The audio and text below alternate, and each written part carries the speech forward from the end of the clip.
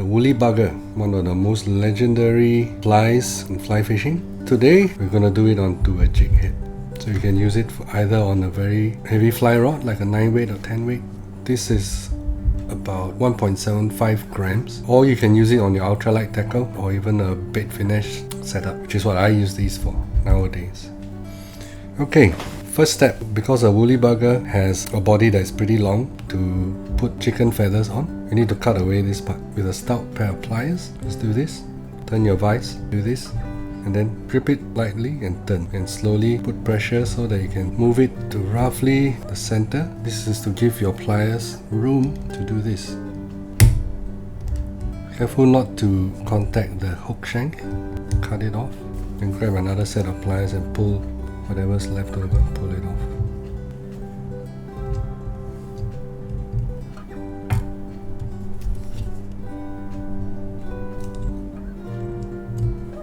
Okay, now you have a nice and smooth surface to wrap the stuff on. If you had bent the hook a little bit, it's okay, but if you had put too much of a bend, then change to a new hook.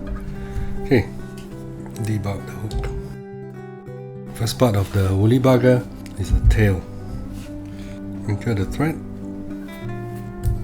bring it to the rear. This is where you're going to anchor the marabou feathers for the tail. Put a drop of super glue. Marabou feathers. Grab about 2, maybe 3 nice ones. This is a small jig, so I'm just going to use 2 rather small ones. Then you can save the long ones for the bigger flies. Okay, you take the 2 marabou and align their tips to be the same height. Then you do this.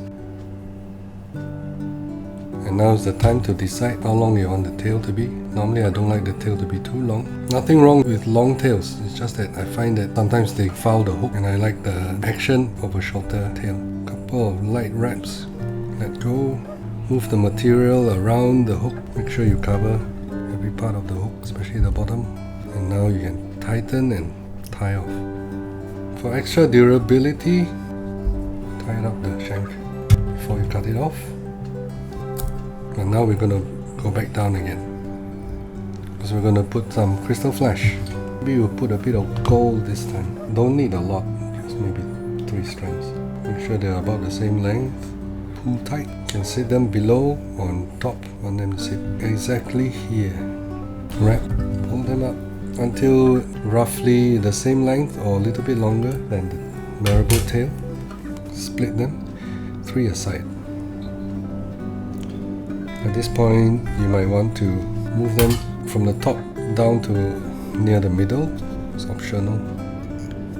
Instead of the scissors, a better practice would be to use a Bobkin. A Bobkin is like a needle with a handle. That one's very, very useful. But for me, I'm used to using this. They are more or less even on both sides. Now you can tighten a little bit more. Next, you need to tie on the hackle. Chicken feathers. And this is a cape. The type of feathers you want to choose are not here. These are too short. These, they are shaped like that with the long and slender points. These are more useful for streamer flies. So you go a little bit higher up towards the back and you look for feathers like these. Not so slender and nice. They are wider. The fibers are a little bit more even in length. Whereas this one is very uneven. The base is has very long fibers, but then towards the tip they're very short. You want something like this. This is very nice. So we'll use one of these. And you see the tip, this is where we tie it on.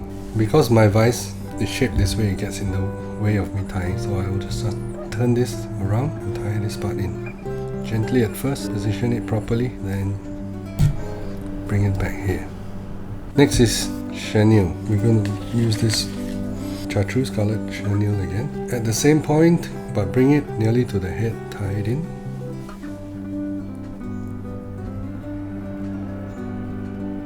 Make sure you go back to where the marabou and the hackle start. Now you advance the thread towards the head. Anchor everything down. Don't have to be neat. Now is a good time to put super glue. It's still completely optional if your wraps are tight, but I prefer to doubt my own skills and just put some super glue. Okay, so now take the chenille with a side-to-side motion, lay it very evenly. It's okay if the hackle sticks out, it's no problem. Until you reach the head, tie it off. Don't snip all the way down. Give a little bit of leeway for your thread to hold on to and give it a few tight turns. Next, the hackle. Some people use a hackle plier. It looks like a metal clip. You clip onto this. Some people will fold the feathers down one way. So what we do, we follow the direction of the chenille and try and sit the feather inside the chenille. So just keep following, keep following. As you get to the head, the fibers will be pretty long and should kind of avoid crushing them when you're wrapping the rest of the feather, so that they all stand up and not get trapped underneath. The end, you can do the same thing with that you did with the chenille and tie it off. Before you tie it off, make sure anything that's trapped, take it out. That should hold it. Now you make sure that you can free as many fibers as you can before you complete the tying off. I'm just trimming the messy ones off.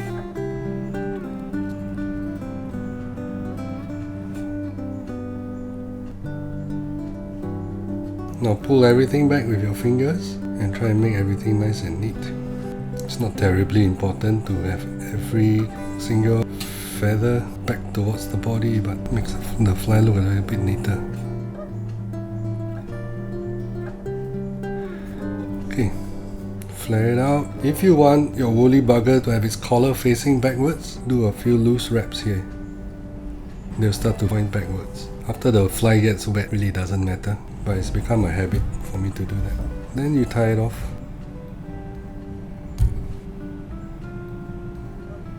Super glue. Make sure everything is neat. Not too much, and make sure it doesn't flow onto the feathers, because it will stiffen them and they lose a lot of action. And that's your Wooly Bugger Jig Fly.